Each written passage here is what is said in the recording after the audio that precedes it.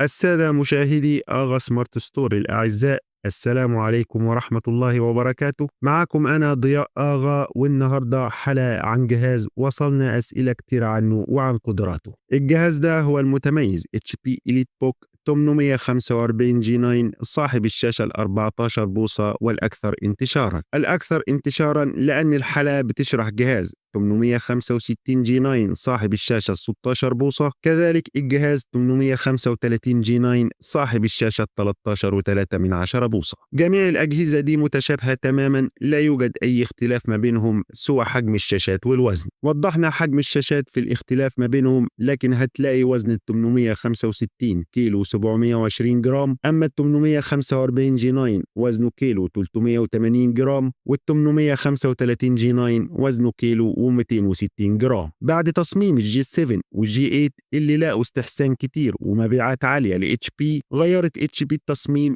ابتداء من الجي 9 واعتمدته للجي 9 والجي 10. التصميم أصبح أكثر نحافة، وكمان مقاسات الشاشة أصبحت مختلفة. شرحنا بدقة عالية جدا اختلاف حجم الشاشات وتطورها عن النموذج السابق. طبعا الاختلاف ده في الارتفاع والعرض، والموضوع ده ذاكرينه بدقة في حلقة HP EliteBook G10. موجود رابط الحلقة في صندوق الوصف. الجسم أيضا شرحناه في نفس الحلقة وقلنا إنه من الألومنيوم وجسم قوي جدا واجتاز اختبارات المتانة العسكرية، واعتمدت HP التصميم لأجهزة الإليت بوك ابتداء من عام 2022. يعني الجسم ده هو نفس جسم 840 G9 ومشتقاته ال 860 وال 830، وده اللي بيجي بمعالج انتل جيل ثاني عشر. كذلك في الزد بوك فايرفلاي G9 الورك ستيشن أيضا بيجي بنفس الجسم، الاختلاف فقط إن الفايرفلاي لونه عسلي لأنه ورك ستيشن. هنا بقى نيجي للأسئلة المهمة اللي أي حد بيسألها عن اللابتوب ده: هل معالجاته أدائها جيد؟ طيب لو أدائها جيد هقدر إزاي أعرف قوتها؟ وإيه يكافئ معالجاته الرايزن 9 والرايزن 7 والرايزن 5 من معالجات انتل؟ كمان معظمنا بيسمع دايما معالجات الرايزن يقول لك من غير كلمة برو، معالجات تانية يقول لك مثلا AMD رايزن 7 برو. طب إيه الفرق ما بينهم؟ طب بالنسبة لكروت شاشتهم المدمجة، هل هو مناسب ليا في الجرافيكس أو الألعاب أو البرامج الهندسية ولا مش مناسب؟ طب إزاي أعرف قوته وإيه يكافئه من كروت شاشة انفيديا؟ طب بالنسبة للمداخل، هل تطورت عن الجيل السابق في الرايزن 5000؟ وإيه عملته HP في الرامات والحماية والبطارية؟ هي دي الأسئلة اللي هنجاوب عنها نقطة نقطة في الحلقة إن شاء الله. فلو مهتم بالمواضيع دي تابع الحلقة للنهاية، وما تنسوناش من الدعم من اللايك والشير.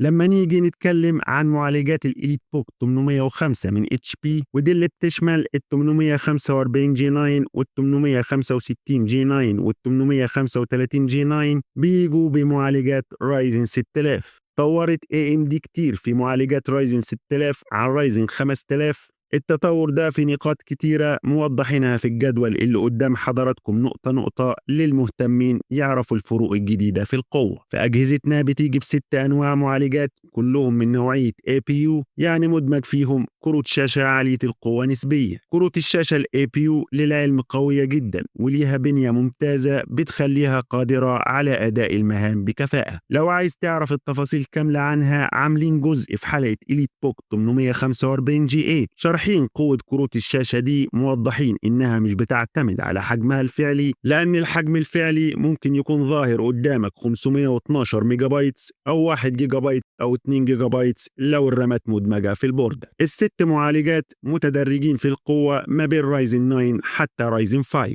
هنحلل لكم قدرات المعالجات دي وإيه يكافئ قوتها من معالجات انتل، وكمان كروت الشاشة اللي فيها وإيه يكافئ كروت شاشتها من كروت شاشة انفيديا. أعلاهم في القوة الرايزن 9 برو 6950 HS. المعالج ده سرعته 3.3 جيجا هرتز، بيعمل ماكس توربو سبيد بيوصل ل 4.9 جيجا هرتز، اوكتا كور 8 النواة ب 20 ميجا بايت كاش. معالج صراحة في منتهى القوة، ولو حبيت تقارنه بنظيري في انتل، فأقرب معالج له في القوة من معالجات انتل هو المعالج المتميز انتل كور i7 12650H. ده معالج في الجيل الثاني عشر 15 موجود في أجهزة قوية جدا على سبيل المثال MSI Thin GF63. كمان موجود في الجهاز المتميز HP Victus 15 وأجهزة كتير تانية. مدمج في المعالج الرايزن 9 كارت شاشة عالي ومتميز وهو كارت الشاشة AMD Radeon 680M. إمكانياته كاملة في الجدول اللي قدام حضراتكم من النوى والسرعة والتوربو بوست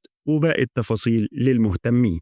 أما لو حبيت تقارنه بكارت شاشة في انفيديا فأقرب كارت شاشة له في القوة هو كارت الشاشة الجيمنج المتميز انفيديا جي فورس GTX 1050 Ti. ده كارت شاشة 4 جيجا بايت GDDR5. كارت الشاشة ده موجود في أجهزة قوية جيمنج على سبيل المثال الجيمنج المتميز في الجيل الثامن ديل XPS 15 9570. كذلك موجود في اللينوفو ThinkPad X1 Extreme وأجهزة كتير جيمنج تانية. يلي في القوة المعالج رايزن 7 برو 6850 HS. ده سرعته 3.2 جيجا هرتز، بيعمل ماكس توربو سبيد بيوصل ل 4.7 جيجا هرتز. أيضا أوكتا كور ثماني النواة ب 20 ميجا بايت كاش. لو حبيت تقارنه بنظيري في انتل فأقرب معالج له مكافئ له في القوة من معالجات انتل هو المعالج المتميز والقوي جدا انتل كور i9 11900H. ده من أقوى معالجات الجيل الحادي عشر وموجود في أجهزة جيمنج وورك ستيشن قوية على سبيل المثال ال HP ZBook Fury G8. كذلك موجود في أجهزة جيمنج قوية على سبيل المثال ديل XPS 9510 و 9710 وأجهزة كتير جدا جدا تانية. وهو مدمج في نفس كارت الشاشة الموجود في المعالج السابق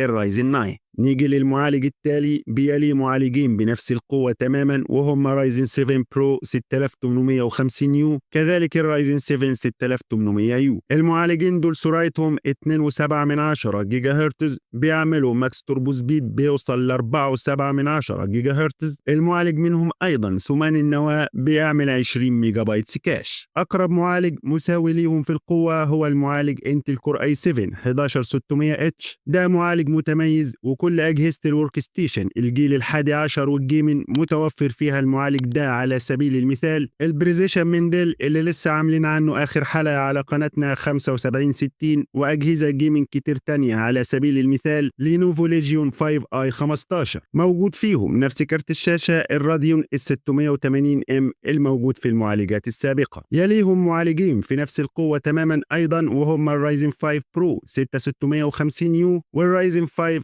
6600U. السرعة بتاعتهم 2.9 جيجا هرتز، بيعملوا ماكس توربو سبيد بيوصل ل 4.5 جيجا هرتز. المعالج منهم سداسي النواة ب 19 ميجا بايت كاش. لو جينا لأقرب معالج ليهم في القوة من معالجات الانتل المعالج المتميز في الجيل التاسع انتل كور i9 9880H. موجود المعالج ده في أجهزة الورك ستيشن في الجيل التاسع على سبيل المثال الديل بريزيشن 5540 وال 7540 وأيضا موجود في أجهزة جيمنج قوية على سبيل المثال الأومن X2S من HP. مدمج فيهم كارت شاشة مختلف المرة دي وهو الراديون 660M. بياناته الكاملة وتحليله في الصورة اللي أمام حضراتكم في الفيديو للمهتمين. ولو حابب تقارنه بكارت شاشة في انفيديا فأقرب كارت شاشة له في القوة هو كارت الشاشة المتميز في الجيل الثامن الكارت المخفف أو الماكس كيو ديزاين انفيديا جي فورس GTX 1050. ده كارت شاشة 4 جيجا بايت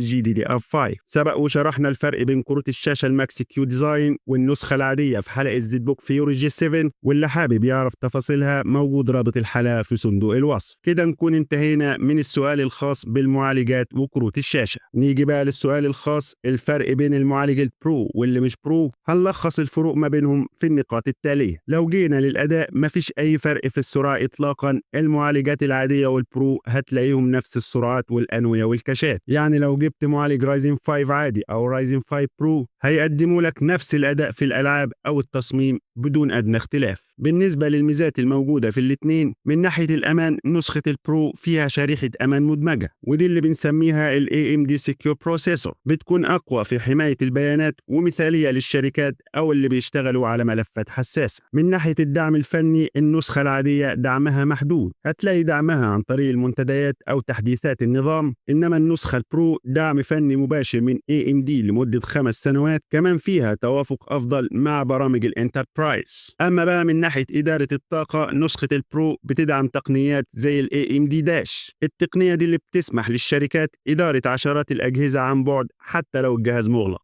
فالخلاصة تختار البرو في بعض الحالات دي لو بتدير شركة أو مطلوب منك ضمان أطول، أو لو عندك بيانات مهمة بتخاف عليها من الاختراق، أو لو محتاج تتحكم في أجهزة موظفينك عن بعد. إنما بقى تختار النسخة العادية في بعض الحالات التانية، ده لو استخدامك شخصي، ألعاب أو مونتاج أو برمجة عادية، أو لو الميزانية بتاعتك محدودة، لأن نسخة البرو بتكون أغلب حوالي من 20 ل 30%، بس مش دايما في أجهزة الاستيراد هتلاقي الاختلاف في السعر ده. بكده نكون جاوبنا على سؤال ناس كتير بتسأله، إيه الفرق ما بين النسخة البرو والنسخة العادية؟ لو جينا للتخزين، أجهزتنا قادرة على حمل هارد واحد فقط من نوعية M.2 بمقاس 2280. أما بالنسبة للذاكرة العشوائية أو الرامات، في 2 ديم سلوتس، يعني قادر على حمل حتى 64 جيجا بايت رام من نوعية DDR5. نيجي بقى للشاشات. في بداية الحلقة وضحنا الاختلاف في حجم الشاشات في الثلاث موديلات، لكن الموديلين ال 845 وال 865 فيهم اختلاف في مقاس الشاشات عن المقاسات المتعارف عليها. وعشان ما نطولش الحلقة بمعلومات وسبق ووضحناها، موجود شرح الشاشات اللي من النوع ده للمهتمين في حلقة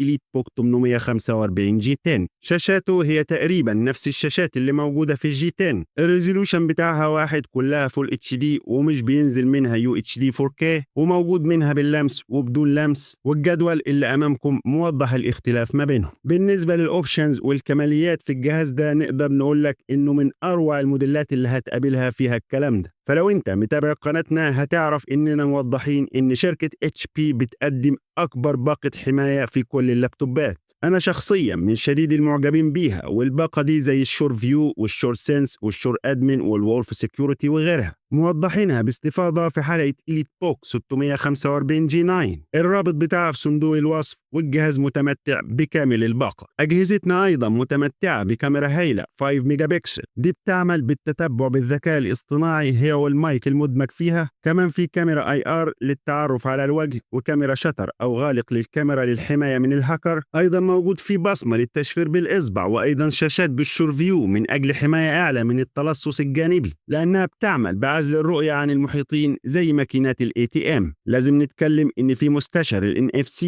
ده اللي بيسمح بنقل البيانات لاسلكيا بسرعة مع أجهزة الأندرويد المتوافقة. الواي فاي بتاعه متقدم، هو البلوتوث. موجود فيهم بطاقة شبكة لاسلكية بتدعم معيار الواي فاي 6E والبلوتوث من نوعية 5.3. بيقدموا سرعة أعلى وبيدعموا نطاق تردد إضافي لتقليل التداخل وزيادة الأداء. كمان أجهزتنا موجود فيها الناتيف ميراكاست سبورت، دي خاصية دعم لتقنية الميراكاست، وهي اللي بتسمح لك بعمل بث لمحتوى الشاشة لاسلكيا من اللابتوب لأي شاشة عرض. كمان مجهز إنه يشغل شريحة إنترنت داتا، وقادر على تشغيل حتى 5G. بس للعلم الأجهزة دي بتيجي دايما بدون الكارت الداخلي للتشغيل، وعشان تشغلها بتشتري الكارت، واللي محتاجه موجود في المتجر بتاعنا، ورابط الشراء في صندوق الوصف. نيجي بقى للمداخل المتعددة اللي بيجي بيها أجهزتنا النهاردة، هنذكرها لحضراتكم. يعني في الجهة اليمنى موجود أول مدخل الأوديو كومبوجات، وهو مدخل ميكروفون ومايك مزدوج.